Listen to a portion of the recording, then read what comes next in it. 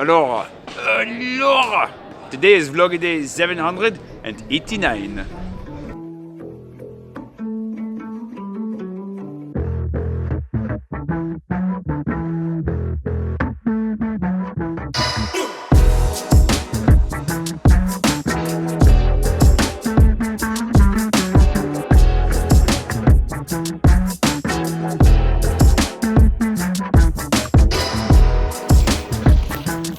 Morning. I'm on my way to the same place I went yesterday for coffee because man was it good, and yum. We're wait to see if and when Brian and Leanne get up this morning, but the idea is that we're actually going to the yacht show today. And I wanted to talk today a little bit about the combination of trying to follow your dreams, realize your dreams, make the life you want happen while simultaneously trying to help other people. I don't know that everybody's trying to do that in the world, but I know that's what we're trying to do in our own varied ways, right? Brian's dream of having a catamaran is one that is a combination of both his desire to be able to be free to sail the world and to help an underserved population, people in need. And we'll talk about that more today as well. So how do you do that? Can you do that? What does that look like? So I just thought I'd talk about that a little bit today. I need coffee first.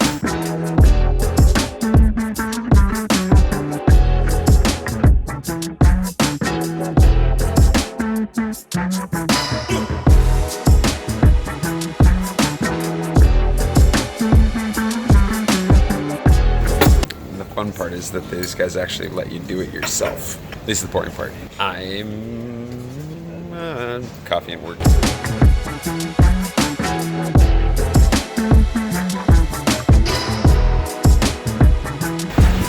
All right, I've had some coffee. These guys found me, which is good. The reason that I think it's an interesting discussion to enter into as far as like trying to follow your dreams and help other people is those two things, in the way that I was raised at least, kind of feel mutually exclusive. Like I can't both be selfish and selfless at the same time, which I don't think is true. And I have some very boat-centric analogies that we can use when we get in there, but we're on our way to the boat show right now. So these guys can look at doing exactly that, following dreams that they've held their entire lives, for things they want to do, while building in the capacity to help other people in the midst, doing those things they've always wanted to do.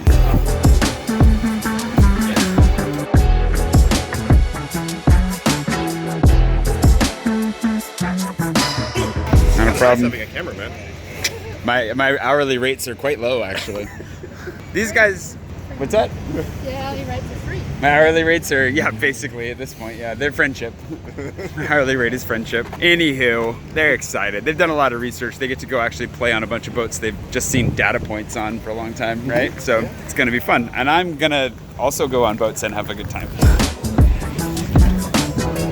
So Wiley, the guy we met yesterday, gave me a VIP ticket, which I didn't realize until last night. So these guys are gonna go in these lanes. I'm gonna go over to the fancy lane over here with the Maserati guests. I don't belong at all, but I'm just gonna pretend I do. Just like that, I'm through. Thanks, Wiley. Very much appreciated. Now we have to wait for these jokers. This is why you don't bring non-VIP people to a VIP party. I'm telling you. Mr. VIP was through security before us. Way before them. I've been waiting for like a half an hour. Apparently that's what paint looks like for diamonds. This is why I don't belong at things like this. Just that quickly. So I guess they start out by making you walk through a bunch of outrageous luxury products, some of which look very nice, some of which, what? I'm still kind of reeling about the whole real diamond paint situation. Now I need to find Brian and Leanne because they just kept walking without me when I went back for the diamond paint thing. Oh, here they are. Looks like they found something they are actually interested in.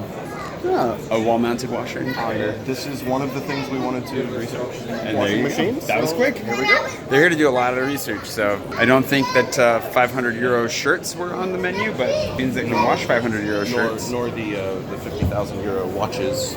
So this little thing actually solves one of the problems that we've been looking at. It's primarily looking at a 40-foot catamaran. There's not a lot of extra space.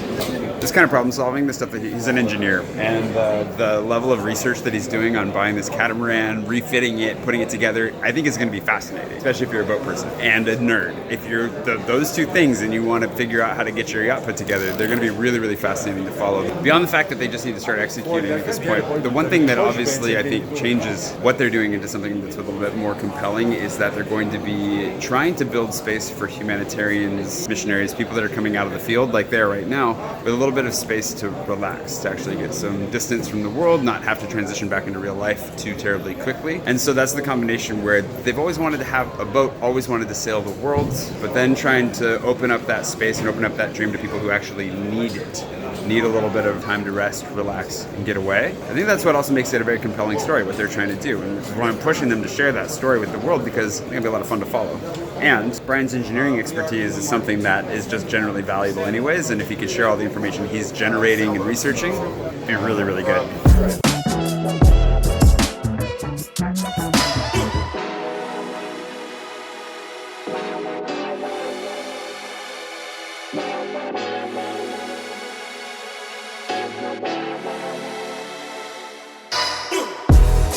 Yeah, this is a different world. Millions and millions of dollars and all kinds of things. It's really, really cool. I mean, I would love to be able to afford to be a part of this world in a lot of ways, but also like, what? Pretty crazy. And this is also the emotional tension that you hold, like when you spend a lot of time serving the poor in Africa, let's say, or just kind of generally aware of the state of the world in a lot of ways. Like, I don't have a problem with where we're at. I don't have a problem with having a yacht, a boat, living that kind of a lifestyle. I don't have a personal problem with that, but I also struggle with I don't know, the way that I was raised is very aesthetic, I guess, in that you kind of deny yourself good things a little bit more than is probably healthy as well. So where is that balance between having the things that you want and living the life that you dream of, but then also somehow bridging that to helping other people, being selfless, giving, generous? Well, that's what we're trying to do. That's what we're trying to do, is bridge that gap between the expensive yacht and actually helping people. And if you look at the actual numbers, it's not that crazy. Like, the boat that we're looking at costs significantly less than a house. And it is going to be our house that we're also using for other things. So it's not out of the realm of possibility, but there's a stigma attached to yacht that somehow doesn't go away. And yeah, I don't know that you'll ever be able to make it go away entirely, but then at the end of the day, I guess what matters is that ultimately you feel like you're on the right page and you're doing the right thing and that you're living the life that you should be living, because who cares what other people think? There you go. Which is a whole other conversation to have in and of itself.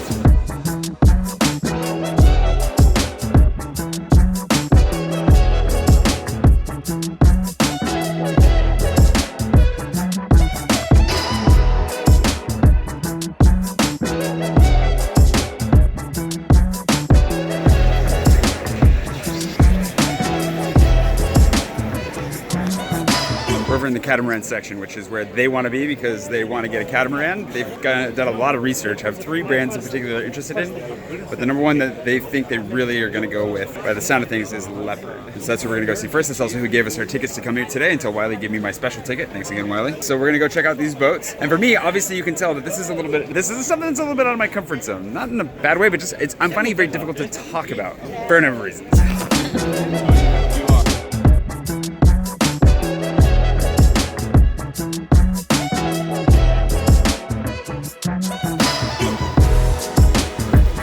They got special Leopard hats, which was probably going to be their favorite memory of the whole trip, I'm guessing. These guys are really good on camera as well. They've been telling me how bad they are. Lies. Lies. They're actually really good. It's fun to watch.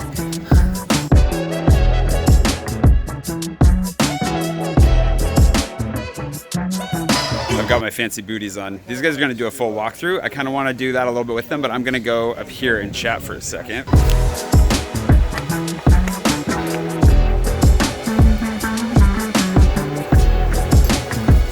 This is definitely nice.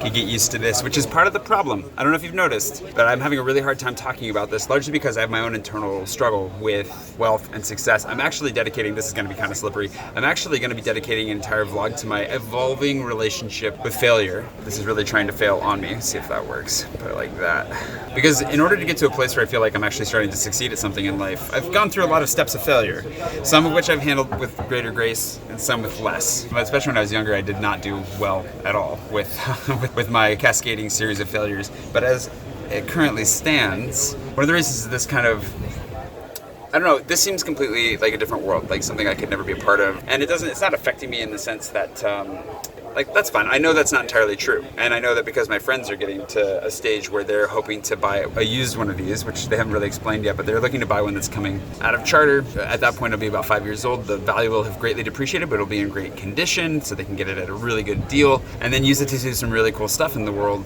That helps a lot, obviously, because then it's like, oh, sweet, I'll be able to join them. So if you're excited about me sailing around the world on a catamaran, just stick around for another year and we'll be in the money on that. But it's very difficult for me to talk about because I feel this tension between two worlds. One where I was a volunteer for years on a hospital ship in West Africa and had nothing to my name, had basically enough to eat and that was it. And the other side where it's like I do have really big hopes and dreams for my life. I do want to tell stories that go wide and far. I do want to write books that become bestsellers. I do want to make movies that become blockbusters someday. I do want to get into a level of success that would come with the ability to do things like this. And inherently, that comes with its own sense of guilt for me as well. It's a weird thing, but the idea of succeeding, the idea of getting to a place where my dreams are reality and I can do what I want, I can pursue the life that I want, comes kind of hinged with a little bit of old school guilt that I don't think is particularly helpful. And that makes it difficult to talk about as well. Because hopefully you're in this to watch me succeed at some point. You don't want to just see me suffer all the time. And I would like to eventually, get to a place where my success is wild, but not just so that I can be wildly successful, so that I can continue to build, to grow, and to share, and to continue to share my successes, not just in storytelling form, but to use those material gains, to use those movements forward to benefit those around me. And I think it's really, really important, not beyond friends, family, into the NGO world, whatever it looks like. I'm trying to figure out how do I build and carry forward what I'm doing in a way that helps others.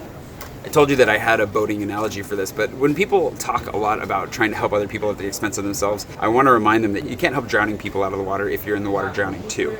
You need to get yourself in a boat, you need to get yourself in a position where you can really help people, and then you'll be able to help more people. But if you just throw your life away trying to help one person, maybe it doesn't even benefit that person. You might both drown. So in the same way, I think that as you build success, as you grow, as you push forward, as you can build something around yourself like this, you're more able to help more people than you would if you didn't grow into a larger success, grow your footprint, grow your capacity. And ultimately that's what interests me in the whole thing, is how do we grow our capacity to a level where we can help the most people, that we can do the most good, and have a really good time doing it. That's the balance I'm looking for ultimately.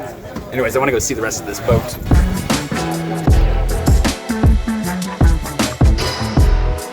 So the forward section, I'm just going to give you a quick rundown of my understanding of the ship as it stands while these guys do their thing.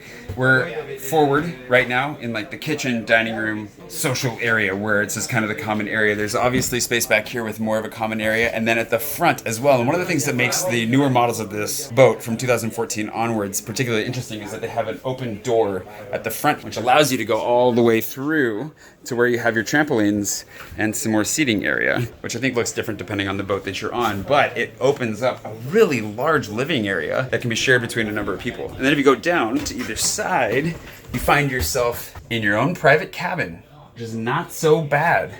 Look at this.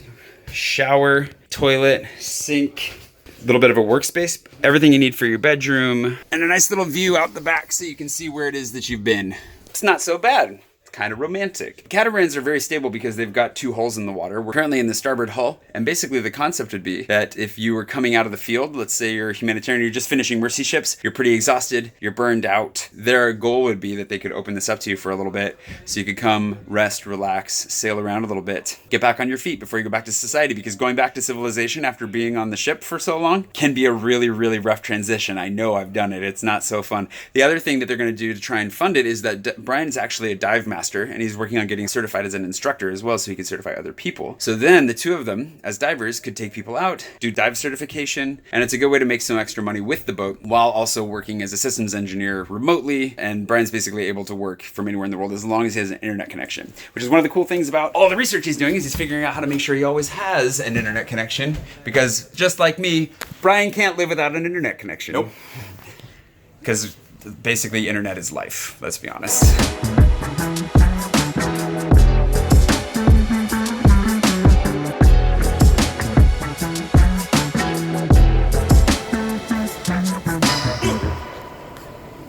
You can't really see me because I put this on the sail and it's a little bit high. But Brian's doing his walkthrough right now. And this top basically goes all the way around. Basically explaining the entire boat just like one step at a time. They're supposed to start actually like editing and producing this stuff within the month. I've hooked them up with an editor that I think will be good for them, so we'll see if that works out or not. They've already filmed, I don't know, like 8 videos worth of content. They just need to actually start putting it out. So I'll link to them as soon as their channel's up and running, and hopefully you can check out what this is all about. I don't know, I've got plenty going on for today too, so I'll stop talking while he's doing his thing. You know, stand next to each other and look all cute and stuff. That was pretty cute.